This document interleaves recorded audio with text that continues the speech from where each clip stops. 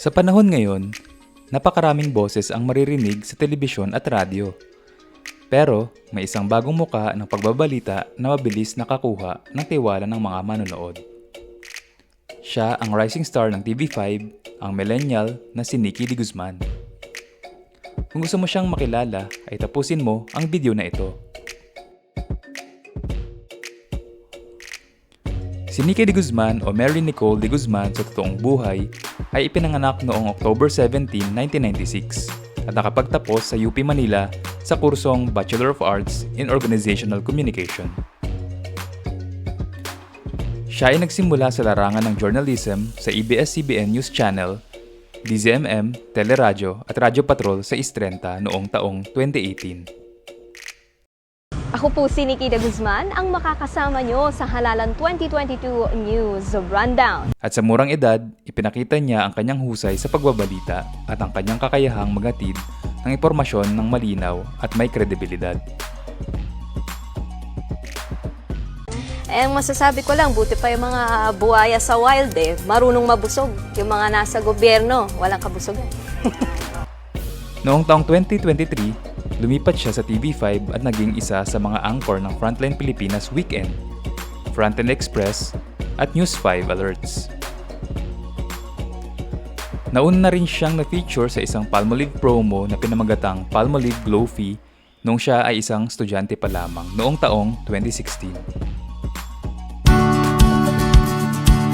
Hey guys! Mary Nicole de Guzman here, a 20-year-old student from Santol, Quezon City.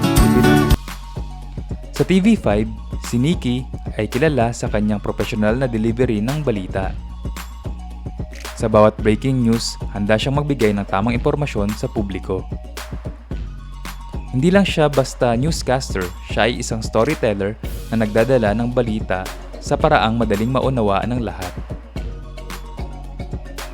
Bukod dito, siya rin ay corporate events host na nagpapakita ng kanyang versatility sa harap ng kamera.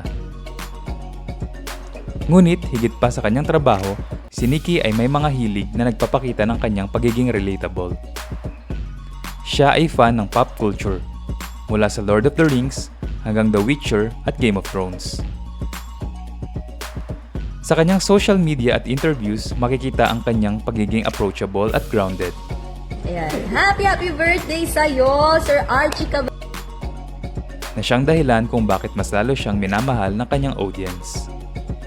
Bagamat bata pa sa industriya, si Nikki de Guzman ay unti-unti nang nagiging simbolo ng bagong henerasyon ng mga mamamahayag. Ang kanyang dedikasyon ay nagpapatunay na ang pagbabalita ay hindi lang trabaho, kundi isang misyon para sa bayan. Sa bawat segment na kanyang hinahawakan, dala niya ang pangakong maghatid ng balitang totoo, malinaw at makabuluhan. Welcome to Balitang Amerika. I'm Nikki de Guzman. Happy Thanksgiving Si to Nikki de everybody Guzman in the ay US. patunay Here are headlines. na ang isang mahusay na newscaster ay hindi lang basta nagbabasa ng headlines, kundi nagbibigay ng boses sa mga taong nangangailangan ng impormasyon.